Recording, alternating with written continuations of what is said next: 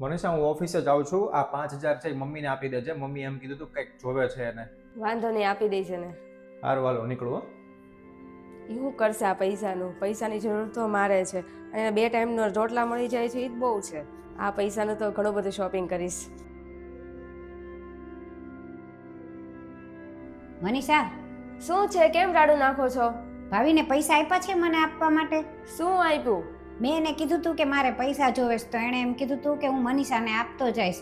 તો તને આપ્યા છે? કાંઈ મને નથી આપ્યા. મને ખબર જ હતી કે તું નહીં આપે, એટલે જ મેં ભાવિનને કીધું તું કે મારા હાથમાં દેતો જાને.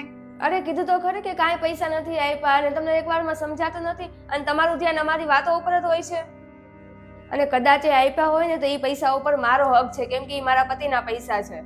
અરે પણ મારી વાત તો તું સમજ, મને દેખાતું નથી. આ નંબર વધી ગયા છે અને આંખ મારી નબળી પડી ગઈ, તો મારે ચશ્મા બનાવવા છે.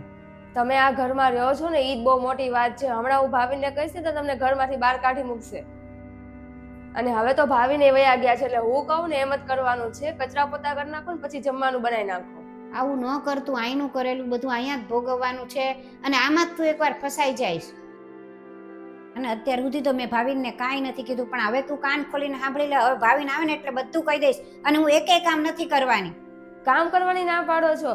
વિચારી જોજો ને તો ઘરની બહાર કાઢી મૂકીશ. હા તો કાંઈ વાંધો નહીં, સાંજે ભાવિન આવે એટલે હું બધું કહી દઈશ. તમને શું લાગે છે કે તમારી વાત માનશે? એમ એ મારા પતિ છે, હું એને પ્રેમથી વાત કરીશ ને તો એ મારી જ વાત માનશે.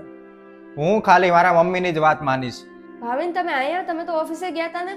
હું ઓફિસે જવા જ નીકળી ગયો હતો, પણ હજી બહાર પહોંચ્યો ત્યાં તારો અવાજ હું સાંભળી ગયો, અને હું પાછો આવતો હતો, પણ મેં આખી વાત પહેલા સાંભળી લીધી. અને મને એમ હતું કે તું મમ્મીને હાચવે છો, એટલે હું તને હાચવતો હતો.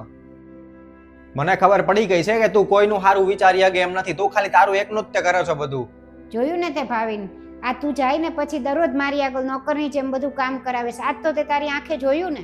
પણ મમ્મી, તમે મને પહેલા કેમ ન કીધું? પહેલા કીધું હોત ને તો આટલા બધા દિવસો જ ન થાત, અને પહેલા જ હું ઘરની બહાર કાઢી મૂકત. પણ એણે મને ધમકાવીને રાખી હતી કે જો તમે ભાવિનને કાંઈ કહેશો ને તો તમને ઘરની બહાર હું કાઢી મૂકીશ. અરે પણ ભાવિન, મેં એવું કાંઈ કીધું જ નથી. તમે આવો ને એટલે મમ્મી ખોટું બોલે છે. અરે મેં મારી આંખે જોઈ લીધું ને બધું સાંભળી લીધું છે, તોય બધું ખોટું.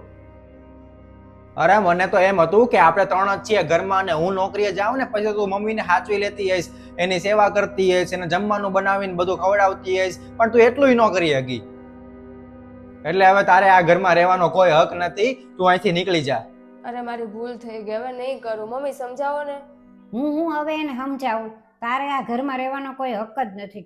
અરે મમ્મી, હું સમજાવે? હવે મેં બધું જોઈ લીધું, અને તને મારા ને મારા પરિવારની કોઈ ચિંતા જ નહોતી, તો પછી તારે આ ઘરમાં રહીને કોઈ ફાયદો જ નથી. તું તો કેમ કે આખો દિવસ તારું જ વિચારીશ, અને ભવિષ્યમાં કદાચ તારું જ વિચારીશ, કેમ કે જેવી તું છો એવી જ રહેવાની છો. આમાં કઈ સુધારો હવે ન થાય, એટલે તું શાંતિથી નીકળી જા ઘરમાંથી.